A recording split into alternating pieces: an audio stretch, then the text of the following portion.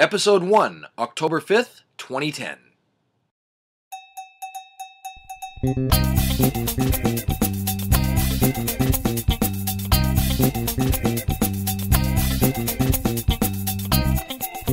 Howard and Kevin opened your mail.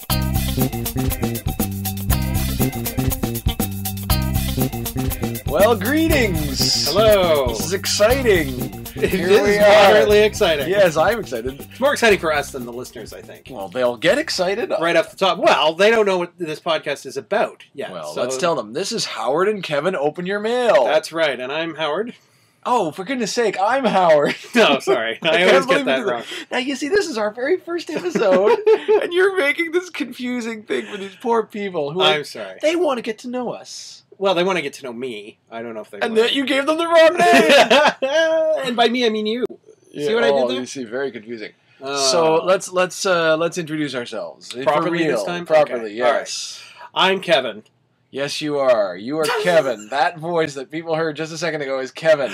Get to know it. This is what the voice sounds like, everyone. This is Kevin. Well, now you're speaking a weird little deep voice. Well, all right. I'll speak in my normal, everyday voice, which is this. Hello.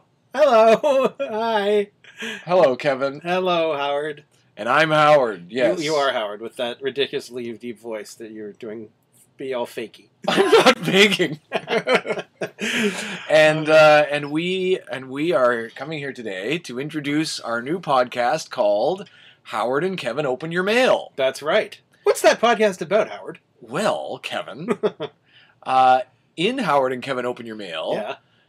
people, such as the good, kind folks who might be listening just now, Sure. will send us mail. Okay. Lovely emails All right. on any topic they choose. Send us a Okay. letter, ask us a question, make a comment, whatever you think. So it's not just any kind of mail. It's not like bills or anything like that. Like Rogers shouldn't start sending me my bill to this address. No, but if people would like, I could read my bill out on the podcast. It'd just be exciting.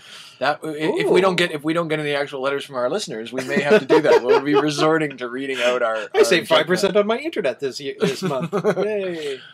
So people send us letters. Yes. Mail, as Yeah. we like to refer to it in our podcast name, Right. and we open it. Okay, we open their mail. And we read it and we answer it and we make. So they might have comments, they might have questions, they might have just things to say. Yes, and we'll enjoy reading them and commenting on them and answering them and maybe even making a little joke somewhere along the line. It's a hell of a premise. It is, and so glad I came up with it. Yes, you did.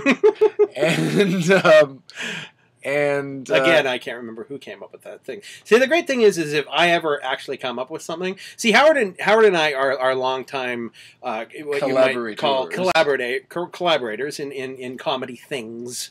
And the great thing about me is that if I ever come up with something, I often forget that I've come up with it. So then you take credit for it, more accurately, I come up with it, and then you forget that I came up with it. And you think you came up with it. That seems less likely, but it's possible. It's possible. Oh, is it? Yes. I'll give you that it's possible. Yes, I see. Now, the name of the podcast, Howard and Kevin Open Your Mail, is a little bit of a very, very small little joke there, because it sounds I don't think you need to tell people that. You think they'll get that? I think they'll get that. That we're making it sound like we're opening their mail, but it's really their mail to us. I think so. Yeah, you're right. I didn't need to explain that. Never mind. I'm going to let you people enjoy that for yourself. Yeah. Maybe instead of explaining this over and over again, we should probably just get to it. That's true, but I do want to mention one thing. Okay. HowardandKevin.com. Oh, that's our website. www.howardandkevin.com. www. What is that? That's French. German? Oh, French. We don't have any French French listeners. for W is W. French people go for French content. This is not French content. But people might enjoy hearing a little. Well, that's the only French they're going to hear. A little class. Since when are the French You know what's interesting classy? though? We call the letter W. Yes. As if it's two U's put together. Yeah. But they call it W, which is double V, right? Which is really what it is. It makes more sense. That's true. Neither of them are really a good name for it. Not really. They could have just come up with a new name. It should be called a we. Like there's a V. A we. There's a V. There's a T. Okay. It should be called a we. That's smart, actually. You know what I'm saying? W. But Nintendo already took that. So. Yeah, they have. Yeah, they have rights. They've copyrighted that. All right, so folks, here's what you're going to do. You're going to go to HowardandKevin.com. Yep. You're going to check out our site there where we've got all the various episodes that we'll eventually do. We'll have little show notes. Do we have the this and that. the weather forecast? Do we have that on We might put that up there. Okay. And then you can click on the thing that says... Are there links to Google's News or anything like that? We haven't got that, but we Okay, may. all right. If people write letters asking for it. Sure. And this will be their sports, one of are the... there sports scores? Or? This will be their destination website. Everything they could ever all want right. will be Good on to there. know. Good to know. And I'll stop interrupting. people will click on the thing to send us letter. They can do that. Mail at HowardandKevin.com, I think it's going to be. I don't remember now. I think so. They'll makes find sense. that out at www.HowardandKevin.com. And you... Who was that? Who did that voice? And you'll that's one of my many characters. Oh, that's an announcer guy character. Yes. You'll be meeting many of my characters as the weeks go on. And finally. The man of 1,000 voices. So far you've only heard one, though. Or no, two, actually. You're kind of the man of 6 voices. They all sound pretty similar. Anyway, sorry. And they'll send us these notes that way, and we'll read them on the air. Okay, HowardandKevin.com. Howard and Kevin, open your mail. I'm Howard. I'm Kevin. You're Kevin. Welcome. It's our first episode. We're very excited. It's the premiere episode. It is. It's the debut episode. Did you notice a little theme there? Premiere and debut and W, all French. Wow, that's great. It's weird. Do you want a lot of French listeners? Is that why you're doing this? Is noticing it. It's just an observation. I don't speak French. So observation. It's any word that ends in T-I-O-N in English comes from the French. Did you know that? What's the French for annoying jerk? Is there anything for that? I don't know. Anyway. How would I know? I would have no reason to know that because I don't know what that would have to do with me. All right. Okay, so... Why don't we get to it? Shall we? Sure. So, I think you have our first letter, don't you, Howard? I do, as a matter of fact. Go and our first letter on our first podcast. Very exciting. Is there fireworks? Do you want? Is there a marching band we can have come in for this? Well, we could. We'd have to pause now and set that up. Plus, a marching band really 6 to 8 weeks. It's not as exciting on podcast as it would be the visual. That's true. As our fireworks. So we could just say, "Here they are." Oh, they're not playing. Don't you hate when you're in a parade or not when you're in a parade, when you're watching a parade, and there's this great band coming, and just when they're about to come to you, they put all their instruments down and just march past you. They do, yeah. And all you hear is like a snare drum. Yeah. And you're like, "Play something."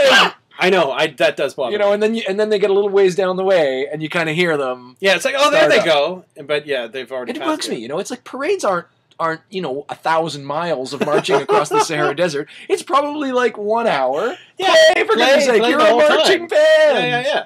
There are people who will miss your beautiful playing. They should play like a 45-minute long song. This poor kid has practiced for years and years on his French horn or his or one of those. What are those walking xylophone things called? Oh, yeah, whatever that's called. Ding, ding, send that in to mail at Howard and let us know what that is. Called? Anyway. And then I don't even get to hear it.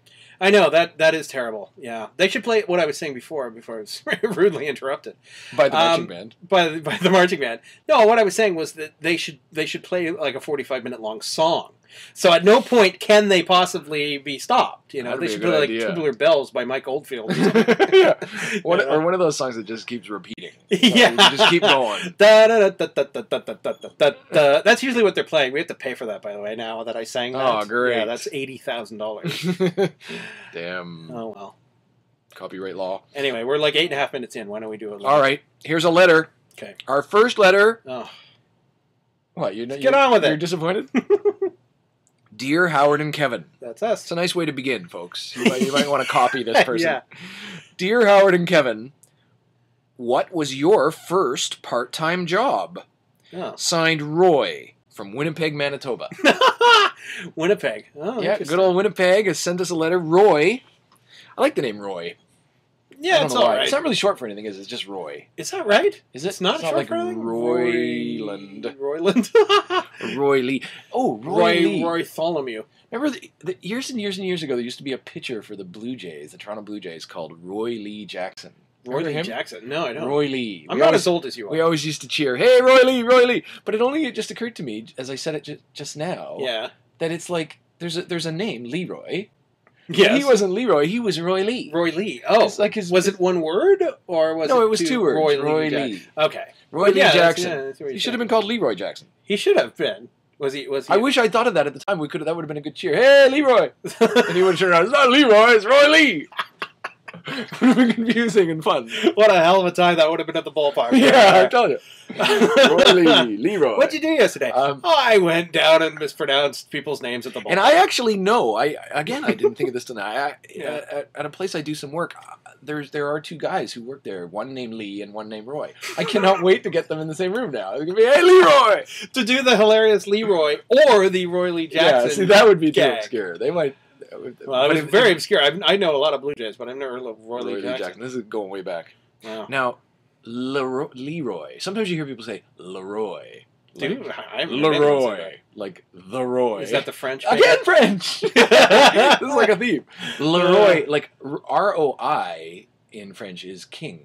The king. So you know those guys you meet, like, hey, I'm Leroy. Yeah. He's actually the king. The king. Wow, that's cool. Leroy Jackson. Wow. The King Jackson. That's excellent. Anyway, this guy's name isn't Leroy. It's just Roy. Yeah. And Roy asks... tangent for 5 minutes. I hope people enjoyed that because that's what we do. Yeah, it's true. What was I'm not complaining. It was fantastic. Fan-freaking-tastic. What was your first part-time job, says Roy? Kevin? Are you asking me? Well, he's asking both of us, but you can begin. What was my first part-time job? I stuffed envelopes. Was probably my... It was my second job. Is that what you call it? It was my first part-time job, but it was my second job. Because I didn't start off with a part-time job. I went right to full-time work. When you were a toddler, you had a full-time job. Yeah, I did, yeah. Preschool full-time. Yeah. I worked on an assembly line at GM. No, I stuffed envelopes. It was good. It was mindless work. But I worked with a couple of interesting people, so I just talked to them all day. And yeah, it was fun. And what in these envelopes? Like, it would be like mailers, like junk mail, basically. And we'd end up, or was it junk mail? Some of it was junk mail. Some of it was like, like the Canadian Chiropractic Society would send out a mailer to all its members, and that kind of thing. So I would stuff those, and so we'd put stuff in envelopes and then use one of those. Did you have to? We didn't lick them. No, we used a little. They had like these watery. I don't know what I'm talking about. It's like a little spongy thing, but it was like a sponge on the end of a cylinder full of water. Nice, I see. And did you have to fold the things yourself, or did they come folded? We had to fold. Wow. Yeah. So there was, it was high intensity work. Oh, I'll bet. Yeah, I can imagine it was as bad as like, some poor Ecuadorian 10-year-old who's making 5 cents a day. I think it's exactly the same. Yeah. I made $20 an hour, but still. $20 an hour? No way. No. Now, did you ever goof around and put, like 5 or 6 into one, or like, nothing into one, like little, I don't know, rub it on your underarm first or something like that. No, I didn't do that. No. It was always very hygienic down there at the. Was it? Place. Yeah. And I didn't put any pictures of penises or anything inside that I drew. That was hilarious. Some guy's gonna get this and be hilarious. I didn't do that. Or write up your own little funny, fake one, fake mailer. Just put it in one, just for that one lucky person to get. Oh, chiropractors suck. Yeah. No, I didn't do any of that. Now look at that. One of your first jobs had something to do with mail, and here we are. Howard and Kevin open your mail. Interesting. I haven't gone anywhere. That's your point, basically. I haven't just coming right back around again in 20 years. What was my first part-time job? Well, I think my first part-time job was I think I worked for a couple of months at like the local drugstore pharmacy thing, just like stocking the with shelves. Mr. Gower. Yeah, that's right. Did he hit you around the ear? That's my sore ear. I can totally see you as that young, what was his name? Frankie George Barnes. Bailey. George Bailey, yeah. It's a wonderful life. So there wasn't much too exciting about being the stock boy at the drugstore. I imagine not. Although you get all the chicks though. There was a lot of training involved in when you stocked the shelves. You would have to make sure that like all of the product, like let's say Kleenex boxes, for example, were all like to the front. So even if you only had 4 boxes and it was like empty all behind, you had to make it look like the shelf was full. I have noticed that in the drugstore. Because they would think it looks more presentable that way. Well, it is. I mean, I think it does look more presentable that way. But it's also fake. Yes, but it's, They're lying to me. The drugstore's lying. Yeah, they're saying, look how much Kleenex we have. Yeah, we are flushed with Kleenex here. And turns out they're not. There's not 800 boxes of Kleenex here. There's like 5 at the front. My second part-time job, though, was a little more interesting. And I had... there was, near where I lived, there was this big apartment building, sort of a fancy building. And down below they had this little... I guess, social club sort of thing. There was a swimming pool, a little gym, and they had this little banquet room that the tenants of the building could, I guess, rent for an evening if they wanted to have a big party, and they didn't want to have it in their apartment. Right. Sometimes it was weddings, sometimes it was just big birthday parties or whatever, things like that. And so it was my job to come in. And they were usually Friday and Saturday were the parties, obviously. Yeah. And it was my job to come in in the afternoon, on the Friday afternoon or the Saturday afternoon, and they'd give me like a little chart to show how to set the party up. Okay. This table's over here, and chairs over there, and, blah, blah, blah. Yep. So I'd get it all ready. But then I'd have to come back in the next morning and clean it all up. Oh. And get it ready for the next night, or just clean it up, or whatever. But it was unbelievable. Like, I think whoever was the boss used to tell these people, don't you worry about cleaning up, because we've got a boy who comes in to do that, right? We've got a boy. You were the boy. I was the boy. And because it was unbelievable. It was the mess these people would leave. I would just shock me every time I would walk in. How old are you? I guess I was 15, maybe, something like that. I don't know. And that's at your maximum not wanting to clean up. Exactly. Like, the 15-year-olds are the messiest people in the world. Right. So it was like somebody had said to them, "Don't worry about cleaning up." So it was always as if these people had been having this party, right? And it's crazy, and they're eating, and they're drinking, and they're running around, and then they had all just vaporized. Pow! and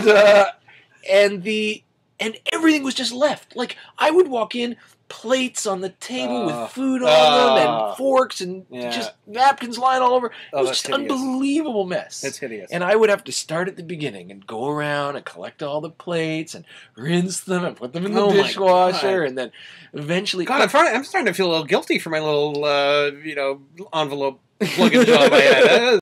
I was like nothing. But I must say that at the very end, it would take me 2 or 3 hours. Yes. But I would have all the chairs stacked and all the tables and everything vacuumed and all the dishes washed.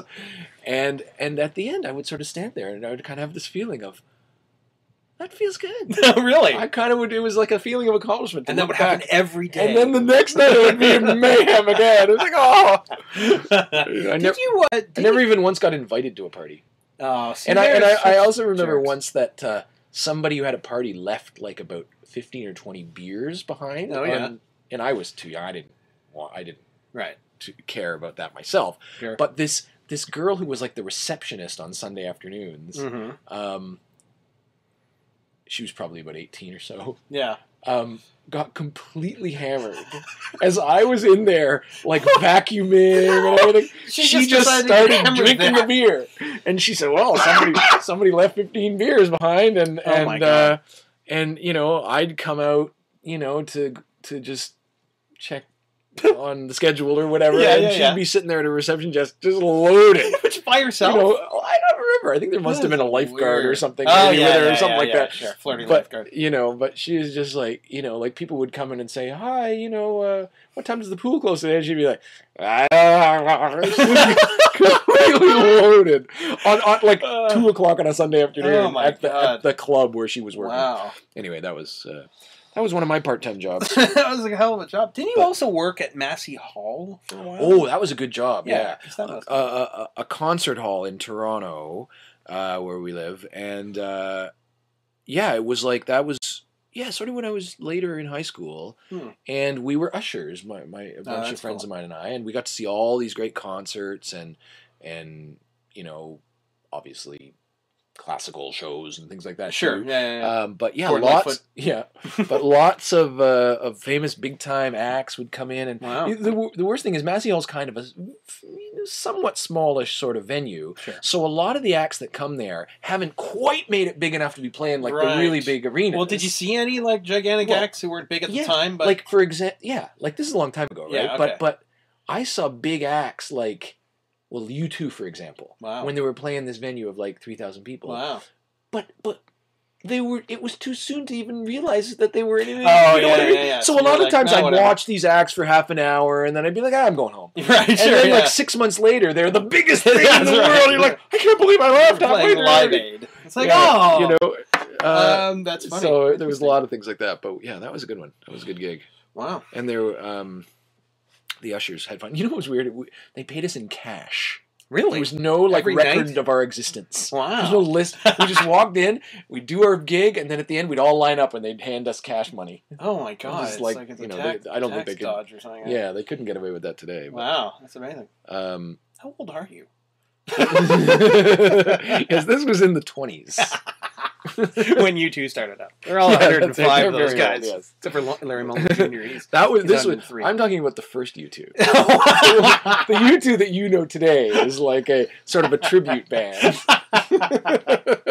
I see. Okay. It's kind of like the New York Yankees are a different team now, but they're always been the New York Yankees. Yeah, exactly. They just get replaced. I see. Right. Yeah, that'd be a good idea for music. Why don't they have that? You know, like the Beatles could still be going. It should still be four going. entirely different guys, but they'd still be playing this because they do that in jazz, right? Like you can go out today and see the Count Basie Orchestra, but Count Basie and I'm sure just about every member of his original band are long since passed away. Right. But it's like it's never stopped, right? When weird. one saxophone player retires, they just replace him with a new guy. And they have like a songbook. And they have they have the same arrangements and the same style and the same songs. That's interesting. And so even though they were famous in like the 40s, you can still go see them today. It's like there's this continuity that it's still the same band. It's just, you know, that's interesting, Howard. And you know what? I'm worried that we're I didn't want this podcast to be interesting at all, and you've made it far too interesting. Oh, I'm sorry. You've included a fact that I actually find interesting. It's going to enrich my life. I didn't want that. We should make fart jokes. Now, here's just going back to that whole band thing, the continuity thing. I often used to wonder when I was a kid, if I have, let's say, a bike, and I take that bike and I replace, let's say, the handlebars with new handlebars. Yes. And then after a while, I replace the seat with a new seat. Right. And then I replace the back wheel with a new wheel. Yes. And eventually, I have one by one over the course of a couple of years replaced everything on the whole bike. Yes. Is it still the same bike? Is it still the same bike? Yeah, I don't know. It's philosophy, man. It's tough, man. It's heavy. That is deep, dude. All right, we better get to another letter. Did we answer Roy Lee Jackson's letter from the old Toronto Blue Jays? Well, he just wondered if we had part-time jobs. I'm not sure what he cared about that. Well, he's just interested. He's a curious fella. He's a curious fella. Yeah. All right, Roy in Winnipeg, I hope you enjoyed that. Yes, maybe you'll write and tell us about your first part-time job. Maybe that's why he was asking. It was one of those things where he asked us in the hope that we would ask him back. I know. What he didn't realize is this is kind of a one-way street. Yeah, we really can't. Yeah, we can't hear you. That's right. Sorry, Roy. Kevin, hit us. I've got another question. Okay. My question comes from Joanna in Anchorage, Alaska. Oh, nice. Yeah, all the way out there in Sarah Palin land. She doesn't want to be reminded of that. Yeah, poor Joanna. She might be a big supporter. Who knows? She could be. The question is not politically tinged whatsoever. So she could be a conservative. She could be a liberal Democrat. But who knows? Anyway, the question is: summer is a time for fun. I think we'd all agree with that. Summer is a time for fun. I do agree. Indeed. With that. She says she always goes to the same cottage. Maybe I should do something else. Any ideas? She asks. Any ideas? Yeah, I'm sure cottage. I mean, I have a feeling that the cottage experience in Alaska would be very much similar to the home experience in Alaska. It just seems like a place that it's all wilderness, you know? Yeah. What I mean? Like, are they all living in like a suburb like we live here in Toronto? I suppose there must be. I guess so, especially in Anchorage. That's Anchorage is a city, but you're right. I'm sure they're a little closer to the wilderness. I'm sure people assume that of everyone in Canada as well, but yeah. Right. But anyway, we live in a big city. She goes to the same cottage every year, and it sounds like she's so really what she's asking is it a good idea to have that sort of continuity and to have that familiarity? Right. Or is it better to change things up? Yeah, I think it is. Which? I think it's better to change it up. Because, I mean, I enjoy going to the same cottage, like, because you know what you're going to get, right? That's the reason why people go back to the same place all the time. Or they own a cottage. Or they own every a cottage. Weekend they go there. Yeah, she's not specific on whether she owns it or not. Sounds like she doesn't. Yeah, I would think so. She's asking if she should do something else. So I think it is good to change it up, because then you never know what's going to happen. You could have a totally new, fantastic experience. You may not be guaranteed that. It may be boring as hell. Well, yeah. But there are pros and cons to everything, right? I mean, the idea that you have a familiarity, that you have a comfort zone, and if you're looking for relaxation, yes, right. The idea that you would be able to sort of be familiar and there's nothing to worry about and there's no sort of, nothing unexpected. Yeah, you can just go to a place and kick back and relax and read a book or whatever it is these kids today do. And, read an iPad. That's what they do. No books anymore. And kids. And me. These long hairs. Hippies and their iPads. But then, if you're looking for excitement and adventure, then you got to go somewhere different place. Yeah. Like my family,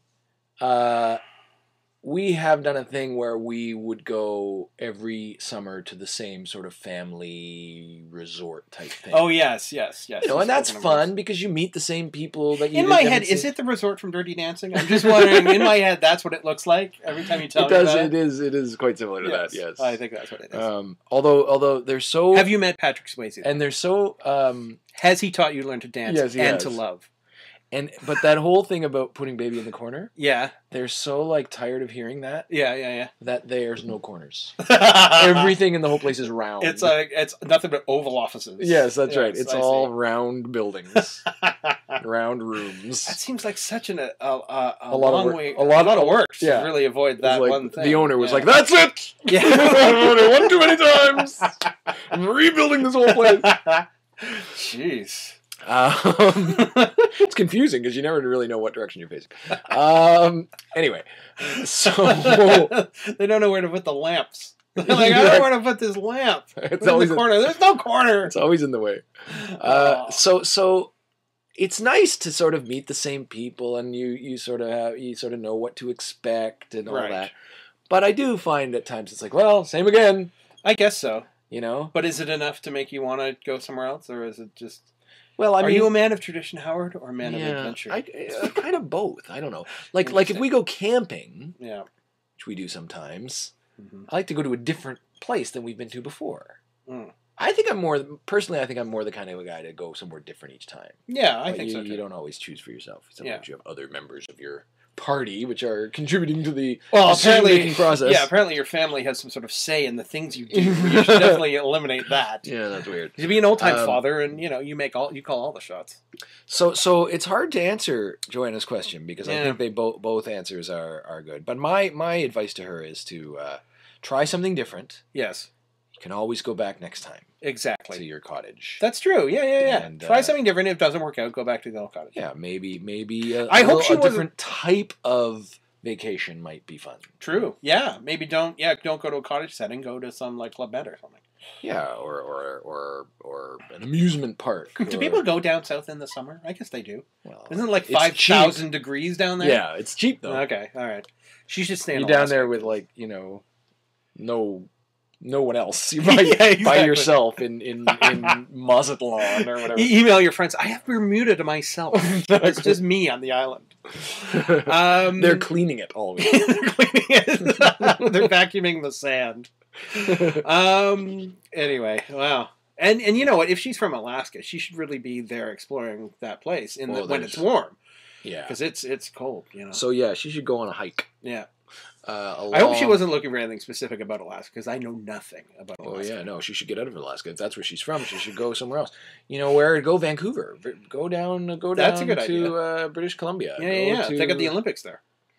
They did, yeah. That's still going on, right? No, that's over now. Oh, it's only for a limited time? Yeah, it's just... What about Expo 86? It's not permanent. Is that still happening? Or she could go to Seattle. Seattle, Washington? I'm sure there must be something to do there. Go see the set of Frasier. No, they probably didn't even film it there. They got that needle, like the Toronto one. Spend a week going to Mariners games. Excitement.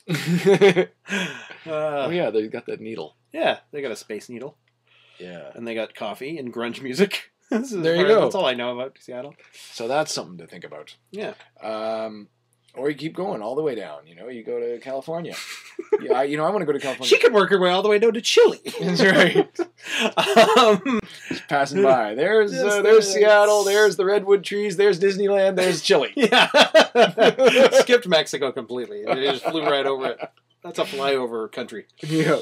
And then right down into Antarctica, and she's back in the frozen tundra again, or whatever the hell they got down there. Ice, nothing but ice and penguins. Penguins. Yeah, that's where all the penguins are. Antarctica. In Alaska? Oh. No, Antarctica. I'm saying she goes all the way down around the... I see. Yeah. Maybe she just keep going and come right back up the other side again. She could. She could go through Asia. And then right up back to across the Bering Strait. Oh, man. What a trip that would be. So it's like, you hear about people going around the world, but they don't usually go around down and back up again. That's a good point. Yeah, yeah. Maybe we should do that, Howard. Let's leave now. All right, and so we could do this podcast on the road. Yeah, like Jack Kerouac. Yeah. Here we are in Brazil. It's a lot of... Oh, I can't even say it. There's some Brazilian jokes I could make. I'm not going to, because this is a higher caliber show than you're going to get from other shows on podcasts. Brazilian shows. Yeah. Because they do lousy... opening male podcast. Look, I can make a bunch of shaved vagina jokes right now, and I'm not gonna because I'm bigger than that, and I Oy. All right, I think it's time. Tell your mom she can't listen to this one. She'll listen to episode 2. Okay. Okay. Which will be very classy. It's gonna be great. We're gonna wear monocles. But maybe we'll speak more French anyway. Well, folks, that was it. That's the first episode, number 10. See, French, I'm good. Spanish, Is that Spanish? Not so much. I thought it was Italian. So it's called Howard and Kevin Open Your Mail. We hope you enjoyed our first episode, and we hope you come back and listen to more. And we'll have lots of letters from all of you all over the world, and hopefully... our millions of fans. Yes, hopefully you'll send them in and we'll enjoy reading them to you. So visit us at HowardandKevin.com. That's www.HowardandKevin.com. Nicely done. In case they don't know how to work the internet. And if you go there to HowardandKevin.com, you'll find the archive of all of our other episodes, although this is the first one, so eventually there'll be all the other episodes. True. And we'll have show notes for each episode, and who knows, maybe there'll be even some other fun surprises. So come to HowardandKevin.com and check us out. Yeah. And don't forget, everybody, on HowardandKevin.com, our website, you too could send us a letter, which we might just read and answer on Howard and Kevin Open Your Mail.